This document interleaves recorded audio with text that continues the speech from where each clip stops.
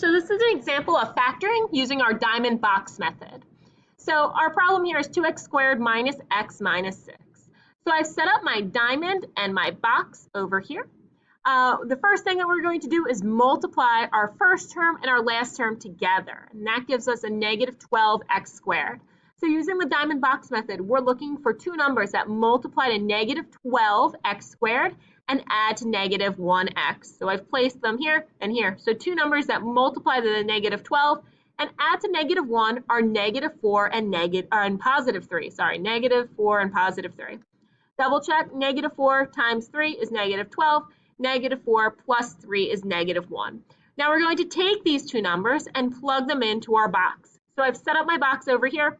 Your first term and your last term of your problem go in opposite corners like this. And then the two numbers that you've had in your diamond, they go in the other corners like this. And now you're pulling out your greatest common factor of every column and every row. So the greatest common factor between a 2x squared and a negative 4x is a positive 2x. Between a 3x and a negative 6 is 3. 2x squared and 3x, you can pull out an x. And between a negative 4x and a negative 6, you can pull out a negative 2. And now we have our factors. We have 2x plus 3 and then x minus 2. And again, you can always check your work. 2x times x gives us 2x squared.